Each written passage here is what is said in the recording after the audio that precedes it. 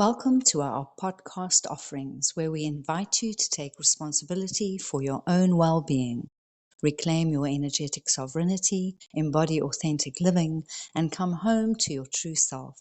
We are two sisters, two oceans apart. Maya Lotz from the Energy for Life Wellbeing practice, and Sandy Lotz Viner from the Inspired Life Coaching practice. Together, we bring you the Ocean of Abundance podcast and lots of possibilities to engage with when you choose to align with the wisdom of nature.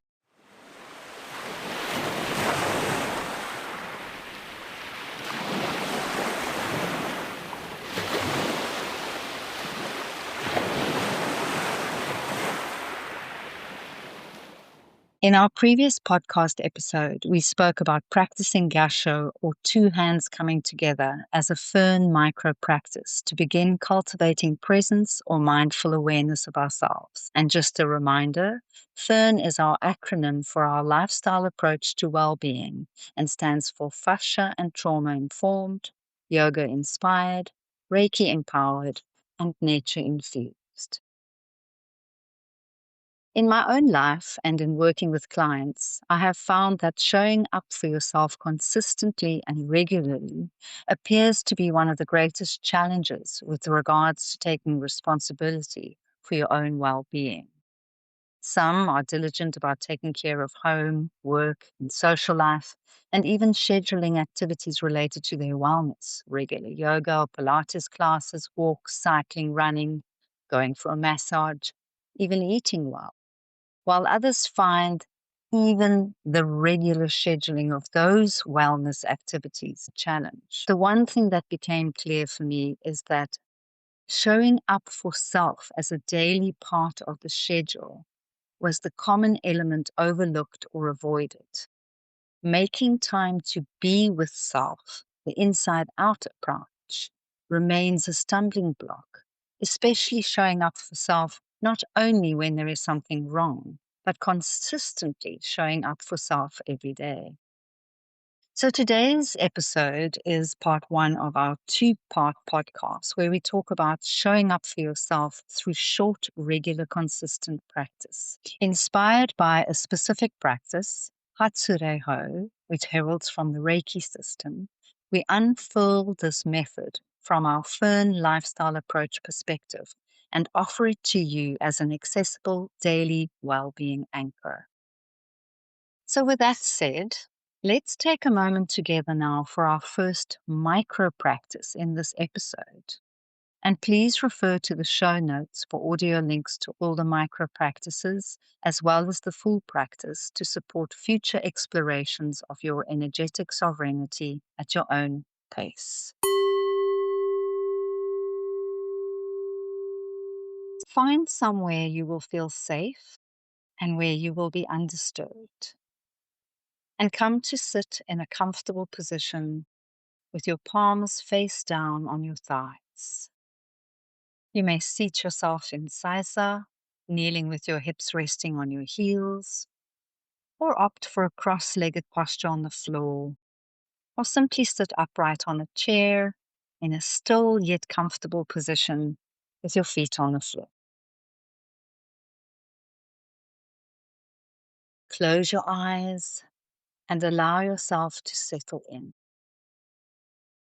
Arrive and relax into the present moment. Become aware of your whole body. Just noticing, no judgment, no labeling, no fixing. Just awareness of internal sensations. As your awareness deepens, allow it to rest with the rhythmical sensations of your breath, gently arriving and departing.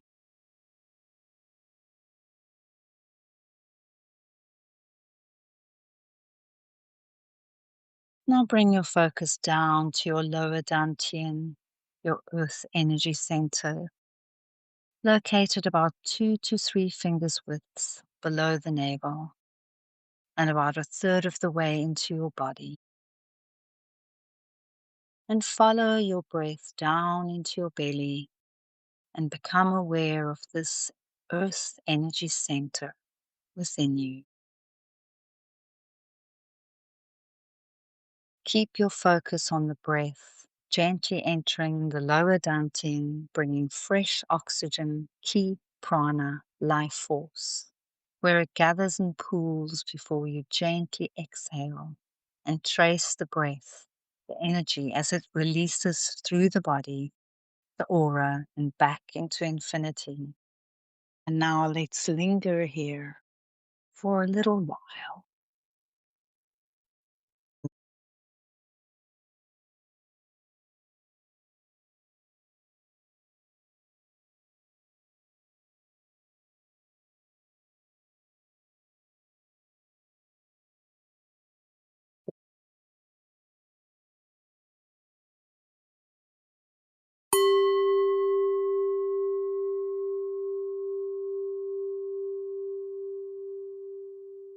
Welcome, listeners. Welcome, Sandy.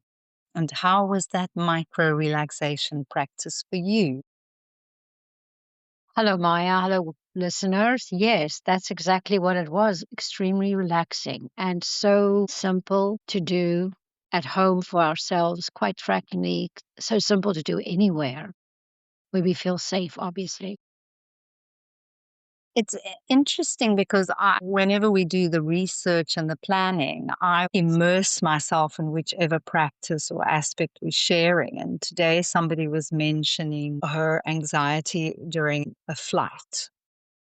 And I thought immediately about just placing hands on the thighs, aware of sensations, and even keeping your eyes open. But that's what we're talking about. If we only practice the tools when something goes wrong, as opposed to just showing up for the practice, even on good days or so called good days, the need for consistent, regular practice day after day after day, so that it becomes as natural as breathing and it is just part of your lifestyle. Right. So I'm hearing we like to gain or acquire skill sets to help us navigate life. We normally come to it in a big way when we're in crisis, and then we're very diligent because we're in a lot of pain or discomfort. And like with most things, we tend to become a little bit, dare I say, complacent when the pain subsides or I seem to be doing okay. And if I'm speaking for how see myself going through those phases, I think I go back to the relying too much on willpower and self-driven versus needing to keep those spiritual practices, those daily rituals to maintain my well-being. We get out of the mud and then we go, go, go, go, go. And then I think if we catch that new energetic wave, we seem to want to run with that on our own and we forsake the fact that we're always connected and needing support, maintenance. I'm also tapping into something that even though we're doing the work, we're guided, we're protected, we're connected to something bigger than the self. I think I view it like brushing your teeth. You wouldn't leave home without brushing your teeth. And you always have a daily shower. And sometimes you brush your teeth twice and you shower twice. And these practices are no different. You're tending to your energetic well being, your whole well being, and you're clearing this channel that is you. All the guests are welcome, whatever mood, mode, whatever the weather internally or the external scenario you're in. With a consistent practice, I find that layering and that it's like you show up again and again, regardless of who woke up today. It is that clearing, and as you say, also that I'm going to connect to myself. I'm going to connect to something greater than me, that which breathes life into me. And then I go into the day with this clearer vessel, clearer energetic being. And I, for myself, have seen how that has softened life for me in a big way. Stuff still happens, but the innate resiliency is more present because I carry that connection with me through the day. Yeah, it's the maintenance part, which is really the thing that keeps us moving forward in a holistic, healthy way, that keeps us in a balanced lifestyle, which we sometimes undervalue maybe because if we're still coming from fixing, we're also coming from highs, lows, and dramas. So when things are even keel, we might forget, we might become complacent, not realizing your life is flowing because there's some underlying foundation that is keeping it going. The constant rhythm and rituals that you're putting in to keep the calm so that when you are hitting a bigger wave or a wind coming up from nowhere, a storm as such, you are better prepared, as you said, to stand on your surfboard, to get through that storm and not to regress so far back that it takes you months and months to recover. You're kind of taking things a little bit more in your stride, but it's harder to see that if you're not tuning in on a daily basis. The maintenance work is what keeps you going in a subtle way. Yeah, and I think you raise valuable points there, including the fact that we have this tendency to go into dualism. This is good, this is bad. Emotions are just energy in motion. We've said that many times here before. And we pathologize discomfort, where no, it is just there. So the more we show up in these practices, we just notice sensations. We notice, and we are not judging whether this is a good one or a bad one. And that helps us. We're also not saying it's all going to be sparkly all the time. We do get angry, and we've reframed it for people already and said, I am feeling angry. And with these kinds of practices, we're learning to take that higher self approach consistently. I am feeling annoyed. And now I'm not attaching to the annoyance. I'm aware of it as a sensation moving through my body. And especially with these maintenance practices, it becomes a little easier. And also, can I love the one who woke up and she's in a funk? Or do I only love myself when I'm tip top and zippity zap? The aim here of well being is to love and accept and tend to the self, regardless of the internal weather or the external storms. What comes up for me is like that whole thing about imagine we are the guest house and I had people coming in paying me money to stay with me, or even people visiting me, guests, friends. I would prepare my home. And so the practice that we're talking about and the fern approach as a lifestyle approach for me is almost like irrespective of whether I know I have a booked guest coming, irrespective of whether I know somebody is coming, every day I wake up and I prepare my guest house just in case. And it also reminds me of when I was in retail and you would have great economy and not so great economy, right? And so when business is booming, it's like you don't even have to think. You just go, go, go, right? It's automatic and you're just so busy. When there's this downturn in the economy, people are a little bit bamboozled, like, what now? And I had a mentor that said, this is when we do the basic things better. Because when it gets busy, that is second nature. And I think it's similar to what we're talking about here.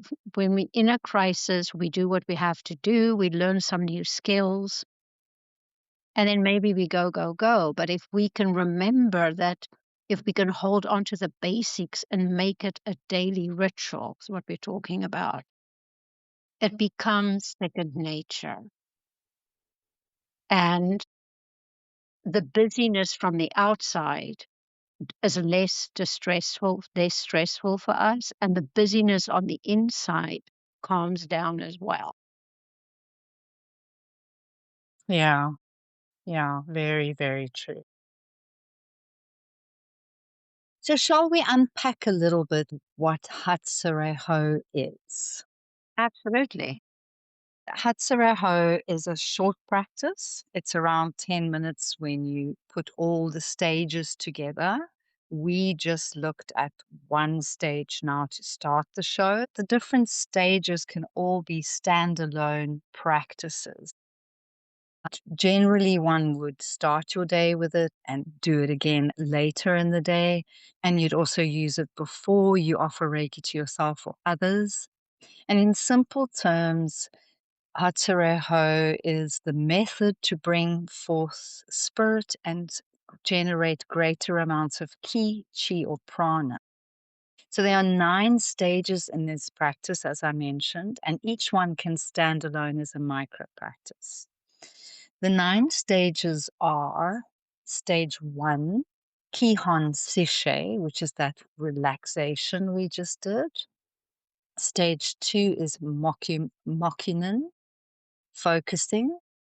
Stage 3 is Kinyoku, dry breathing. And stage 4 is connecting to Reiki. Stage 5 is Joshin Kokyoho, purification of the spirit. Stage 6 is Gasho, 2 hands coming together. Stage 7, Sashin Toitsu, focusing the mind and gathering the spirit. Stage 8, Gokai Sansho, reciting the precepts. And we close again with Mokunen. So Hatsu means to bring forth, to arise, to give birth, to reveal what is hidden, to emit. And Rei would mean spirit, and Ho would mean method. So that's why, in short, Hatsurei-ho means the method to bring forth spirit and generate greater amounts of energy, ki, chi, prana. And in this episode, we are going to only focus on the first 4 stages: relaxing, what it means to hold focused attention, what dry bathing is, and connecting to something greater than oneself, something that breathes life into you.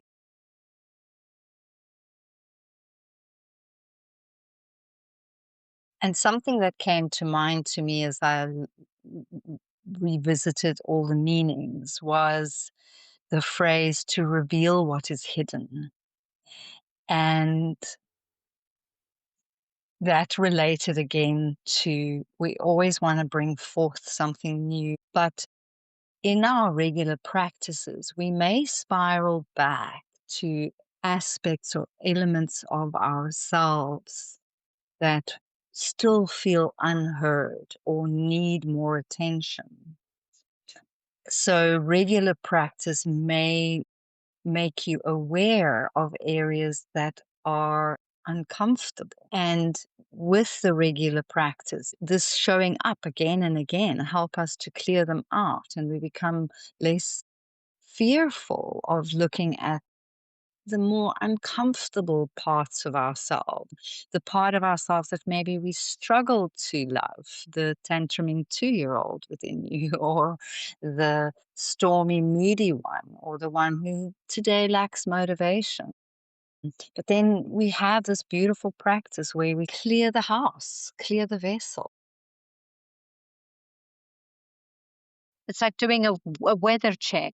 You know, some of us have the habit, I'm one of those, to look at what the weather pattern is going to be, because that's going to determine whether I need an umbrella today or a jacket, or can I go to the beach? You know what I mean? It's like, oh, it's going to be sweltering hot. I need to take extra water. So this, to me, this practice is like a weather check and a check-in with self so that I can go and see what's under the carpet, what needs to be revealed that I can work on. And this regular practice is not just setting us up for a lifestyle pattern that's beneficial for our health and happiness, but I find it's also, as you say, we're going to rediscover an old something that still needs more TLC. So it's a deepening of my awareness around, oh, I'm still not over that, or oh, that's still painful, that event, or oh, I'm still longing for something.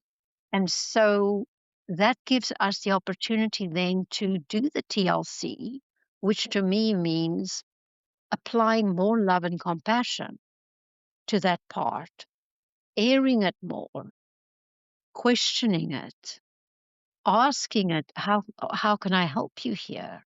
That part of me that's being revealed, right? What's the energy that's needed here? Not the remedy, not the fix. What is the energy to apply, which is normally love and compassion and time and attendance for it to air and to transmute into something different, to dissipate slowly. So the regular practice helps us get deeper, which I think is something that there's a longing, and now in my life there is, not to add more stuff to do, but to go deeper into living really, really authentically close to my essence, right? And the things I want to work with are the things that come up, but I have to get quiet to be aware of that.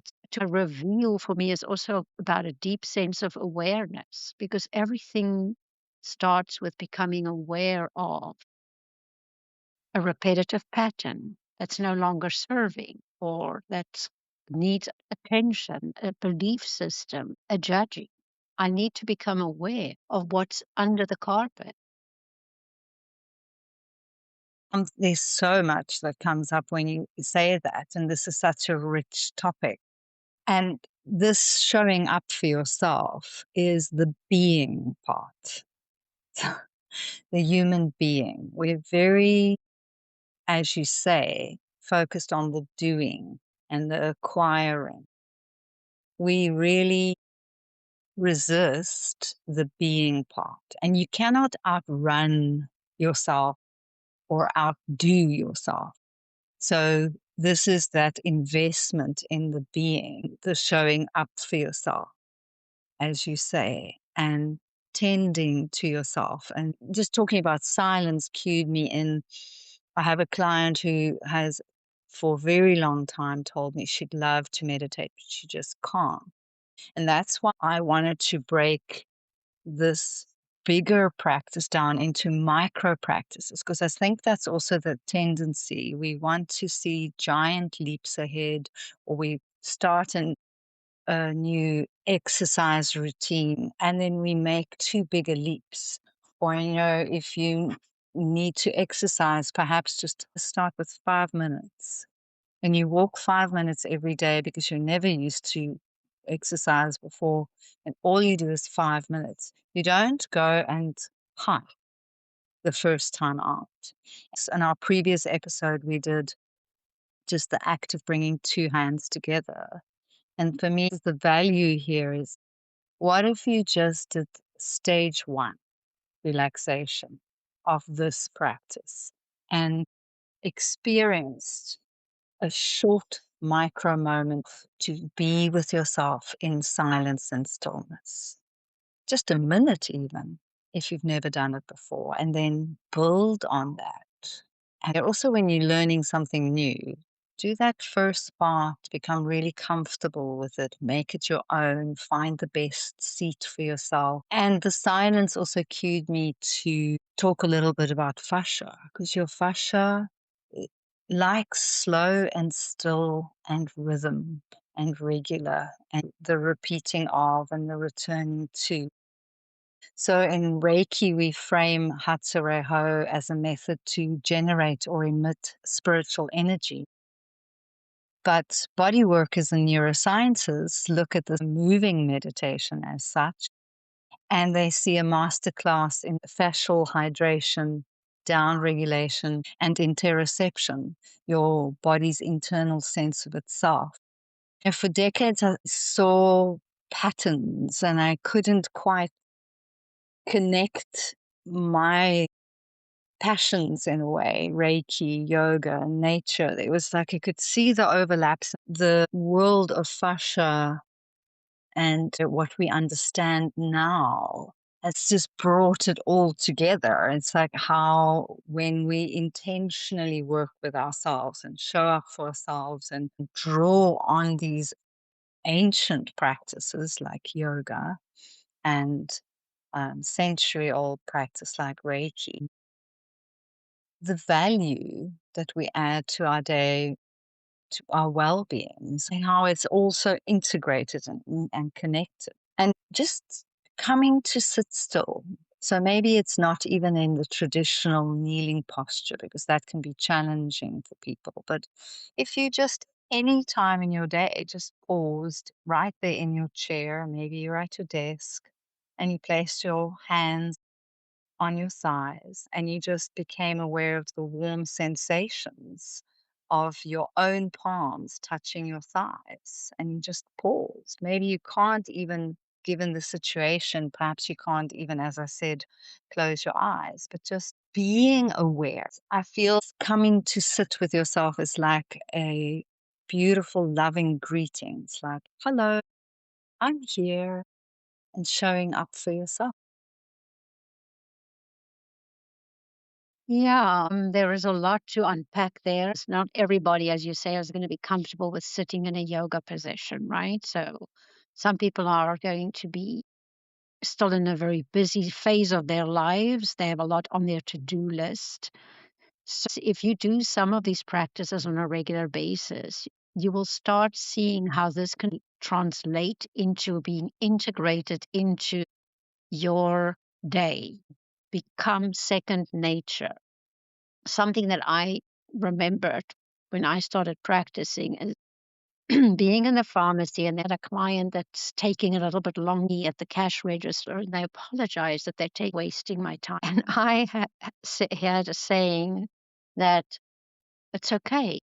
This gives me time to breathe because my day is pretty hectic, but this so-called interruption or inconvenience, it's an opportunity for me to pause because it might be harder for me to just stop. So use the opportunity, whether that is just putting your hands on your thigh or just breathing 3 rounds of breath. That is being in the moment, just with yourself in a very busy day. And it's part of the flow of the day.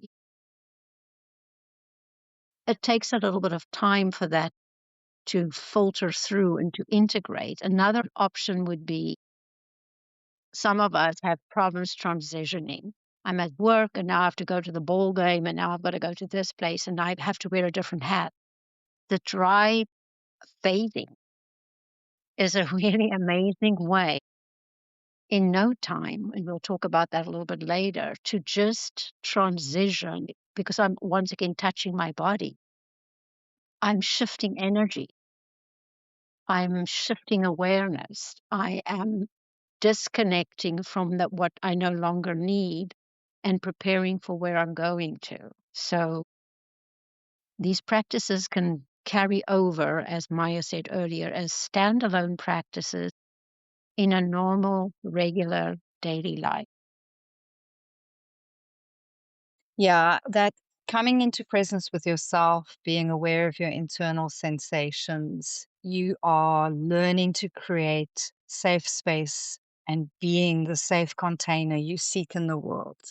And by regularly doing it, you feel safer in the world. and to pick up on the kneeling with your hips resting on your heels. It's for many people, an inaccessible posture, but modify, make it your own. You essentially want to adopt a posture that is grounding, that makes you feel connected to the earth, and you feel you can sustain the posture. I am not sure who's listening, what your health situation is, but we give choices. You can sit upright in a chair, you can lean against a wall. Just modify and don't become fixated with how it needs to look. Or when we were talking in the beginning there, we mentioned breath. So in that relaxation phase, when you're just aware of the body sensation, what I find happens is that those practices helped me to just become aware of my breath. It's just there as a sensation. And then we direct the breath into that lower dantian, or our earth diamond. And when we do that, we gain this sense of feeling grounded and rooted and safe and connected to our body and the earth. And it's this firm foundation that we create at the start and the end of our day. And it gives us this sense of stability, the sense of safety. And imagine what that feels like when you show up and you do that again and again and again regularly. That's what I mean with that sense of, my sense of self softens, my sense of the world softens, my sense of being in the world softens. And when I say soften, I mean like a soft flow of water. I become more fluid, as it were, in how I engage with self and the world. And the other thing I was going to say around the posture was, if all else fails and none of the modifications we've lightly touched on here are accessible for you, then visualize yourself in the posture and use your imagination. See yourself sitting in that posture. Maybe you're bedridden, and then you can just visualize yourself in the posture and going through the practice. So, as I said, stage one is that relaxation part. And then in Hatsurei-ho, stage 2 and 9 are mokinen. And this means focus. This is about setting an intention. I will now begin Hatsurei-ho, is what we do. We come into our chosen posture, we place our hands on our thighs, and then we silently or softly say to ourselves, I will now begin Hatsurei-ho. And at the end of the practice, we say, I conclude Hatsurei-ho. So we're talking about focused attention. And it reminded me of dharana, the sixth limb on Patanjali's eight-limbed yoga path, and that we can cultivate it as a micro lifestyle practice and apply it to everyday scenarios like listening or eating. We are in a society where we multitask a lot, but we can actually bring this focused attention to, I'm only going to brush my teeth.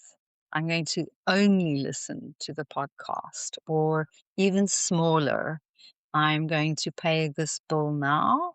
I have finished paying the bill. We give the mind that something to focus on. And from a trauma informed perspective, it's very supportive to verbalize our intentions to those little tasks. We're going to just do one task. And I'm going to pay this bill and then I can stop. And it helps to anchor us in the present moment. And it can help us to restore a sense of agency. It can help us to counteract avoidance behaviors. It can help calm our overwhelmed nervous system. So when it all feels too much, and doesn't matter if the too much for someone else doesn't seem very big, but for you, the day ahead or the tasks ahead feel big, then just saying, I'm going to do the dishes now. I have finished doing the dishes now. It's like the sense of a little achievement, a little gain, a little, did it. And I think you were saying that when one completes tasks, you release dopamine naturally as well.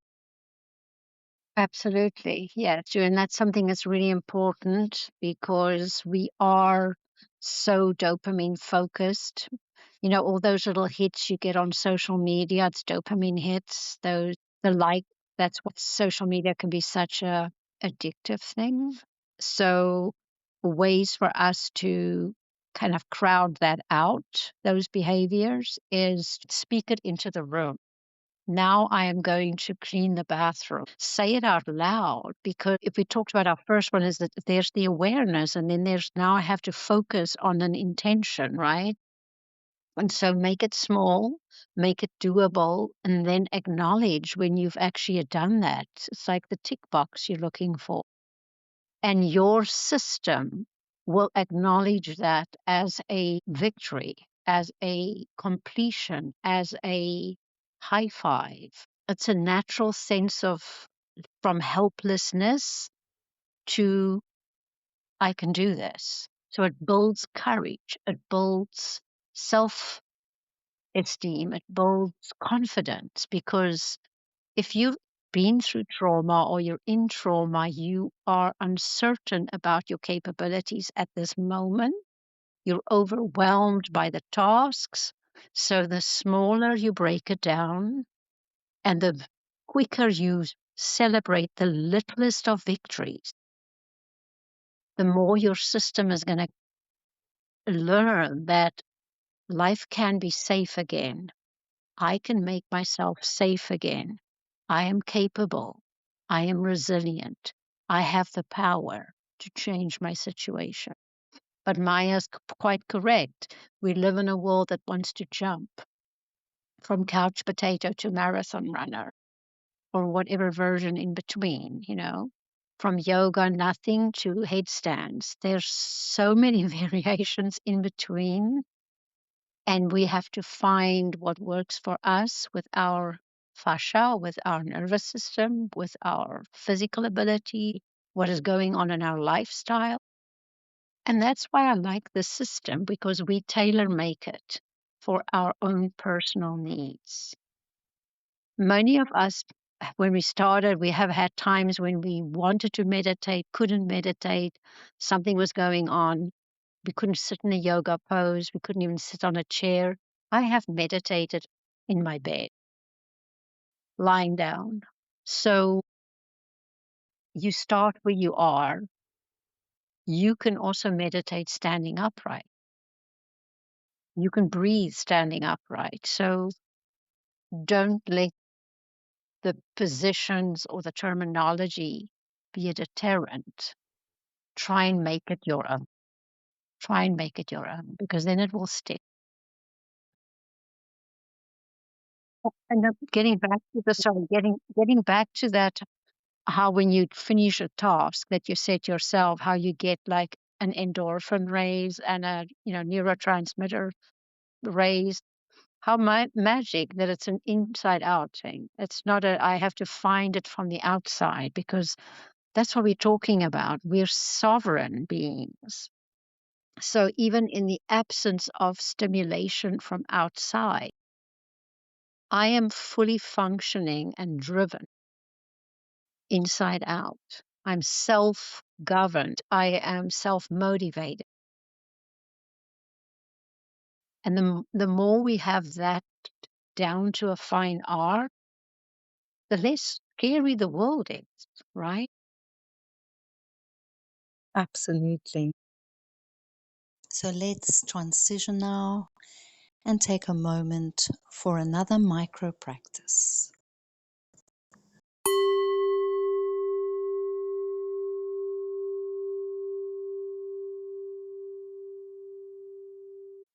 Kenyoku dry bathing.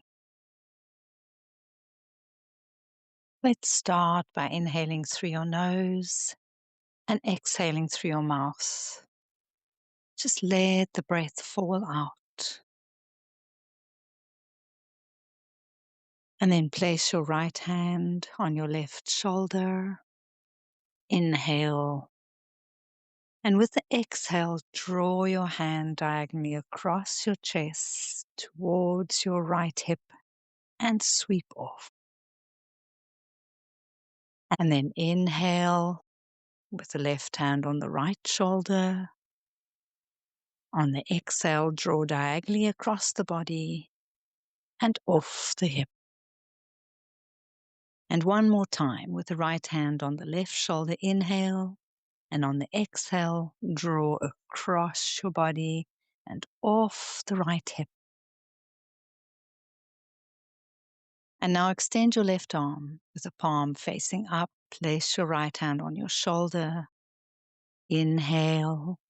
And on the exhale, sweep from the shoulder down the arm and off the fingertips. Now the other side. Extending the right arm with the palm facing up. Left hand on your shoulder. Inhale. And on the exhale, sweep from the shoulder down the arm and off the fingertips. And one more time on the left side.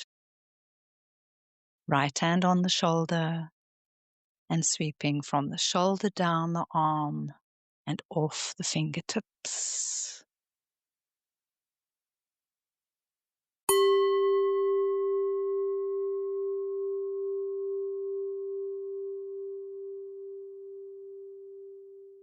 So there are many ways to do this. Sometimes I don't actually even like to touch my shoulder. I like to hover my hand over my shoulder and sort of more scan through my body diagonally and over my body. It just depends on how I feel that day.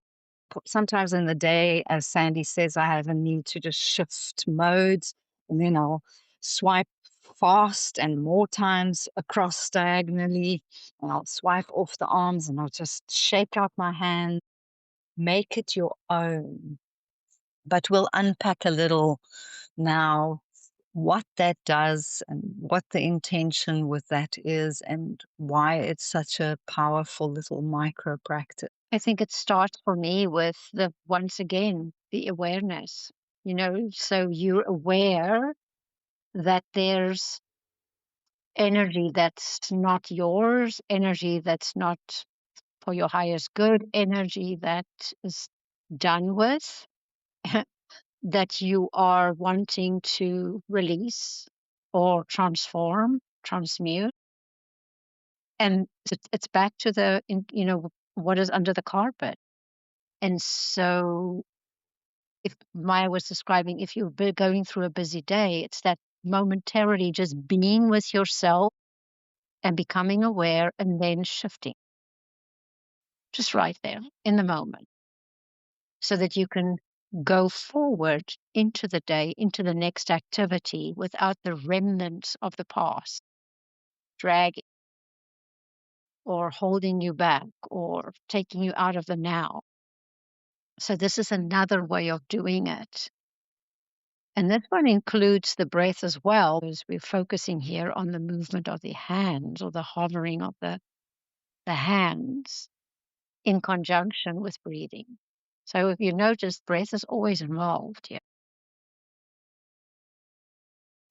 All the stages of Hatsurei-ho involve movement, breath, focused attention, and physically, definitely, looking at fascial study, sweeping the skin stimulates the receptors, and you're talking to your nervous system, and you're helping the fascia to become more fluid. So you can just look at it like that. If you're comfortable with the world of aura, you're also clearing and cleansing your aura. And as Sandy says, maybe I've been sitting in front of the computer and my head is just zooming, but now I need to do something else or I need a pause. In this action of sweeping across the body and sweeping it off my body, it's like, oh, just going to release that. And it just helps me again to focus, to come back into self, into the present. and they definitely relate to your meridians as well, sweeping away stagnant energy or ki at some of the primary intersections of the body's major energy centers, meridian. That when I learnt Reiki the first time round, or dry bathing was seen as like a boundary setting tool, which obviously it can be. I'm releasing anything that's not mine. And it's like, okay, enough of that. I've been in this room and I've chatted for half an hour. I just want to brush all of that off me now. But I like to think of it more as just clearing and cleansing my own channel, not making it about other, taking self responsibility. And then I can hold space and presence for myself again, or whatever the next activity is that I'm moving on to. Yeah, it's kind of a nice little portable practice, part of a bigger practice to book in an ending and roll into a new without the jarring part of it. Things end and things begin, and that's okay. It's part of the flow. You can have a day and it flows beautifully, and then there's a little hiccup. And you can become fixated on the hiccup. Or you can go, well, there was that, and it's done now. And then you can dry bathe and go like, right, I made it through that. It is okay. I can now leave that there. If it's a way of letting go of that tendency to want to attach or grab or clutch or hold on. And I don't need to. This is completed now, or there's need for pause here. And it is a lovely way to reassure yourself and show up for yourself again. Talking about showing up for yourself, I'm giggling here because it's also a reminder that, you know, how we're always going to start over tomorrow. So if the day doesn't flow the way we anticipated, we don't have to wait for night to come to redo. We can reset in the moment and continue. It's something that is so beautiful. Yeah. Let me just reset. And again, for me, powerful is to just focus on the sensation. Don't get into analysis paralysis, because that I did for decades as well. Actually, you don't need to analyze it. It doesn't need to make sense. It's like, that felt yuck. Let me clear that off. Full stop. And no judgment. No, I'm not trying to fix it either. It's just like, okay, right, let's shift gear. And I love learning the terminologies. Like when I started years ago with yoga, it was so important to understand the Sanskrit, and now learning more about the Japanese Reiki system. But we can fall into the trap of sort of romanticizing and make it your own. Use your own language, learn and appreciate the origins of practices and techniques, but it needs to work for you in your life. Sometimes we approach these practices too dogmatically, and we lose the value of the little gems that you can scatter throughout your day, these little beautiful micro practices that you can adopt into a lifestyle of well-being. Yeah, I find that if you learn any modality and you do not integrate it into your current life situation, it probably won't hang around for a long time. It might even cause more distress. Yeah, it's more pressure on you to try and perform in a certain way. When you make these practices your own, and as Maya said, when it becomes part of a lifestyle, we realize that we are less inclined to think, I have to escape my now, my present, to go and find myself somewhere else at a retreat mountaintop. We don't have to find ourselves, right? If we bring this into our lifestyle and we help ourselves live authentically, we're always here. But the work is to show up for yourself every day. And as you say, integrate it into everything we do. And I think also that when you use the word learn, when we learn new things, then we're in the domain of the mind and in the intellect, but it needs to land in the body. So what Sandy and I offer is how we integrate these tools, approaches into every day, and how that has loosened up life for us in a way and helped us feel more present to ourselves throughout the day. And when we notice, oops, I'm not, then incorporating these little micro practices. So, having said that, here's another micro pause. So, and I'm not going to coat it into anything fancy. Just lift your arms up over your head, sort of aligned with your shoulders. And you can just actually give a good stretch and then soften your arms and imagine beautiful, fresh energy flowing through your palms, down your arms. So you need no training here. And again, if it's not available to lift your arms this high, visualize that you're opening up and receiving light or energy pouring down you, through you, like a shower cascading through your space.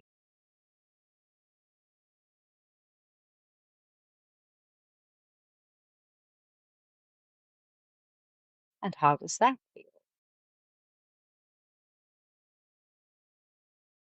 It's actually expansive, very expansive and cleansing at the same time.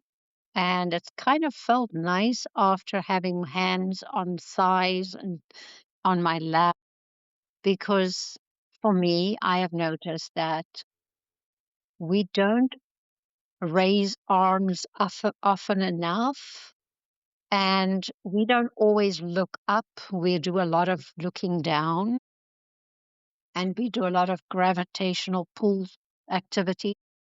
So this might initially be almost like having to practice until it becomes second nature, and then you go, oh yeah, that feels good in the body. It's not just something I have to think. And once the body recognizes it as this feels good in the body, it will remember and it will ask for it, and it will become a habit. In Hatsurei-ho, this stage is called Connect to Reiki. And if you're not a Reiki practitioner, to connecting to that which is greater than you, bigger than you, breathing life into you. So you may add that in, or you may be uncomfortable with that. I don't know where you are on your journey. And that's why I referred to terms and terminology. Don't let that put you off. Feel the experience, embody the experience, and see what is happening. Find your avenue in slowly and gracefully. Make it your own. For me, connecting with Reiki reminds me, say, for instance, you're not Reiki trained or it's not in your vocabulary and you're starting out and you want to create some practice for yourself. It can be as simple as sitting east facing in the morning and acknowledging the upcoming, incoming light as a presence that is gifted to us, well, continuously, but because of the way we move in the solar system for a certain amount of hours per day, depending on where you're living. But that sun never sets. That sun, that star is always there as a guiding light.